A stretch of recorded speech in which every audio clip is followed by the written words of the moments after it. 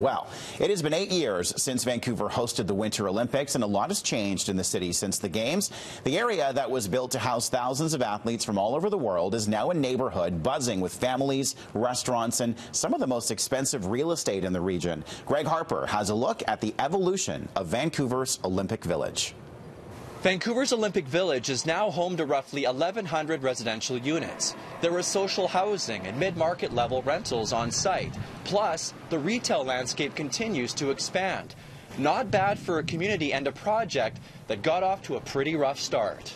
Well, there's two different stories about the Olympic Village. One is the finances, which had to do with the global downturn and business deals and such, which as a chief planner I had nothing to do with, and frankly I think were highly politicized for political reasons at that time. Brent Todderan was Vancouver's chief planner from 2006 to 2012. He had to make some key decisions during a time when the original developer went bankrupt. The city took over the debt of nearly $700 million to keep the project going, with the Olympics just around the corner.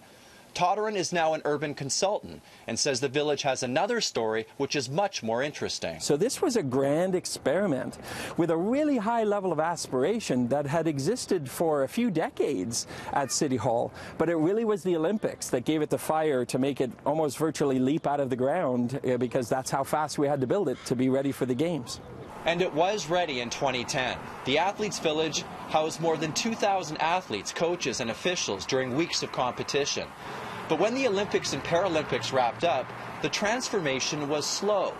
Condos were expensive, the economy wasn't strong, and many felt the Olympic Village was being used as a political football. Every successive council's used it in a way that's been political, and it's hurt the city financially, but as was always planned, and if you look out here, it's beautiful. The Yale Towns and the whole Concord Pacific lands are very, very successful. There was no reason to assume and to think that this neighborhood would be a failure. In 2014, the city paid down its debt, relieving taxpayers by unloading the last 67 condo units to the Aquilini Group for $91 million. Some felt it was too much of a bargain. But years later, there is less talk about money and politics. The Olympic Village has cemented itself as a young and thriving community that continues to grow. I moved here about 2 years ago, and I love it. Everything's close by, the water. Yeah, no complaints. I love my neighborhood. I don't plan on leaving. I mean, maybe if I can afford to live here, but...